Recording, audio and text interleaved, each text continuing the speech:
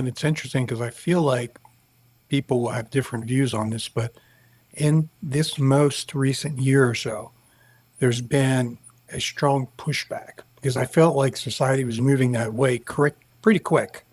Like, it was not cool to even be religious, to even talk about Christ.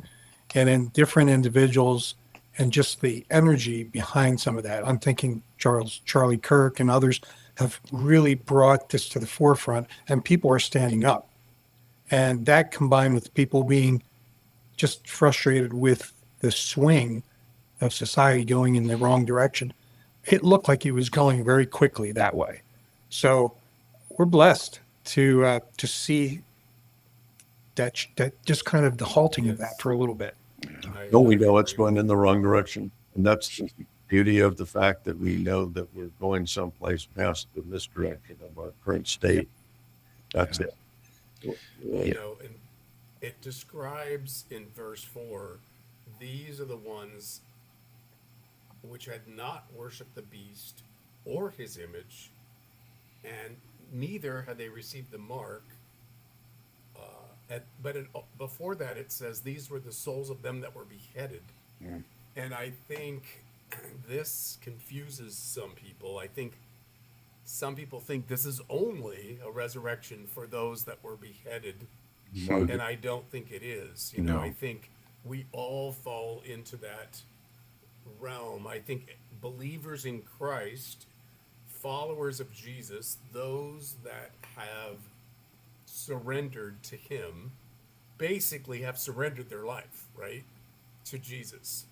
So in a sense, we've been beheaded, right, Yeah. for our faith in Right. Jesus, because we have surrendered ourselves, right, to Jesus. Now, some of us will be beheaded, physically, Yes. but I think all of us are beheaded sort of spiritually. Does that make sense? Well, Because we've said, not my will, not but that, Brent. yours.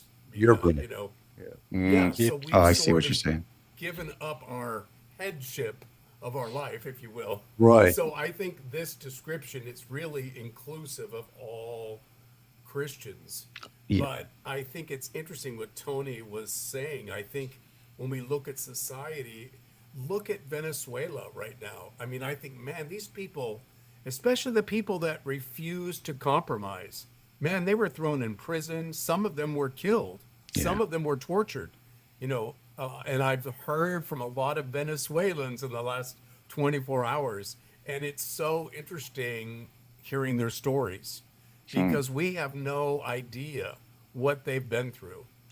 For 25 years, they have been persecuted by this crazy man that took control, that unlawfully really took control of their country Yeah. and threatened every part of their life. And I'm like, man, we can't relate to that. And I'm glad we can't relate to that, but it only takes one generation Yeah. to lose all the freedoms that we've known our whole lives. And I think we came very close to that during this last election. Can you imagine where we would be today with Hillary and the whack job from Minnesota? I mean, not Oh, Hillary. yeah, yeah. I know. Right. Yeah, Kamala. Kamala. Yeah. Kamala and Walls. I mean, can you imagine the discussions we would be having right now? We might not be able